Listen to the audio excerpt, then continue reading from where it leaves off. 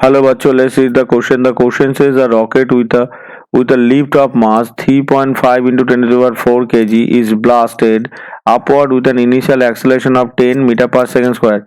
Then the initial thrust blast is x into 10 to the power 5 Newton. The value of x is, तो यहाँ पे जो question है ये क्वेश्चन हमारा according to the conservation of linear momentum से हम सॉल्व कर सकते हैं।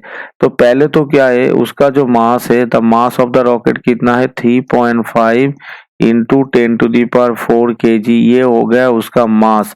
अभी क्या है, इसको लीनियर एक्सलेशन देना है कितना 10 मीटर सेकेंड इनवर्स 2। अभी जो रॉकेट है उसका जो वेट है वो कितना है m इंटू जी, तो ये हो गया उसका वेट।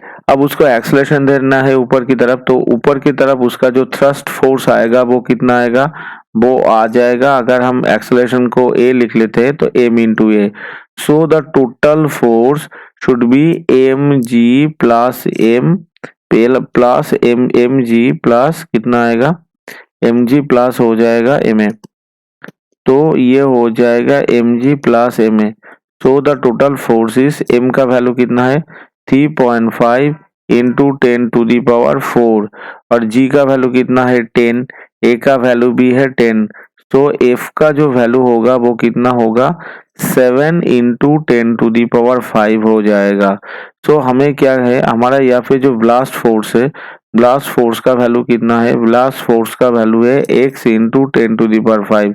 तो अगर हम इन दोनों को कंपेयर करेंगे तो x का वैल्यू हमारा निकल के आएगा 7।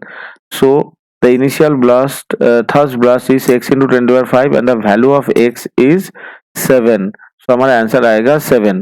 Hope you all understood it well. Best of luck. Thank you.